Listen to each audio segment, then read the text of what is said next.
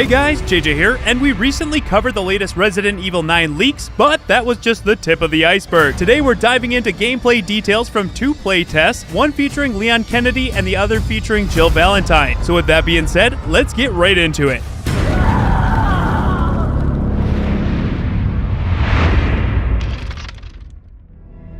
By now, it should be no surprise that Capcom is well underway with development of Resident Evil 9, and with that comes new leaks and rumors. This information comes from our good friend Andy over at Biohazard Declassified, who got it from one of his sources. In our last video, we covered highlights from the leak, including characters, locations, enemies, story, and more. If you'd like to check that out, there'll be a link down below. Now we're diving into details from the playtest held in April and September. Keep in mind, everything you're about to hear is still a rumor until confirmed by Capcom, but that means there's possible spoilers ahead, so you've been warned. And if you enjoy this video, or you're just excited for Resident Evil 9, please leave a like. For all the latest Resident Evil 9 news, leaks, and rumors, make sure to subscribe. Alright, let's get into it. In April, the playtest with Jill Valentine took place in an abandoned hospital on an island. Jill's objective was to locate a serum to combat the mutamycete infection affecting the residents. During gameplay, she encountered mold-infected zombies armed with various weapons including knives, axes, scythes, and pieces of wood. Jill was equipped with a shotgun, pistol, knife, aid spray, 2 herbs, and can craft ammunition using gunpowder. She collects items dropped by zombies and solves puzzles throughout the hospital. Jill is pursued by a creature known as the Goat Man, which cannot be killed but only temporarily incapacitated. During the mission, Jill receives calls from Chris Redfield, who explains the hallucinogenic effects of the infection and stresses the importance of killing the controlling bioweapon. Chris also suggests using Rose's blood, which contains mutamycete antibodies, to create a vaccine. Barry Burton also calls Jill to discuss stronger weapon options. The hospital displays symbols of a red moon with an infinity symbol connected to the island's residents who worship the moon. The playtest ends with Jill being overpowered by the Goat Man, leaving her unconscious and infected. Next up, we have the September playlist with Leon Kennedy. In September, Leon Kennedy's playtest took place beginning on a beach at night and progressing into a forest near Mr. Simon's laboratory, where Leon's objective is to track down Simon, who is involved in creating cloned bioweapons of Evelyn. Leon encounters zombies with axes and makes a comment comparing the situation to Raccoon City. He is equipped with a machine gun, pistol, knife, and aid sprays. Leon is pursued by a witch-like woman who cannot be killed as she transforms into flies and experiences hallucinations of dog-like enemies that are also unkillable. Mr. Simon taunts Leon through a loudspeaker, and Leon observes zombies praying to a large moon by a bonfire on a beach. The playtest concludes with Leon arriving at a Blue Umbrella/BSAA base, suggesting that more agents might be needed for this mission. Now we'll move into character appearances and communication. Chris Redfield appears on screen during his calls with Jill, providing insight into the mold infection and mission objectives, while Barry Burton contacts Jill to advise her on her weapon options. He is shown with gray hair as seen in promotional material for Biohazard Night of Heroes. Now we'll move on to the environmental and visual elements. The cult symbol. The red moon with an infinity symbol represents the island's residents' connection to the moon. The setting and details. The hospital is filled with sounds of screaming infected and features reminders of Wesker's past experiments, like Jill finding vials and remembering the experiments Wesker did to her. Leon's segment in the forest and on the beach is marked with atmospheric lighting from the moon and eerie sounds, heightening the level of horror and tension. It is said that the witch can also seduce Leon with moans and screams. She has a dress, long hair, and huge boobs. I'm not making that up, that's actually what this says. The Goat Man, on the other hand, has horns, a huge mouth on his belly, and a large axe.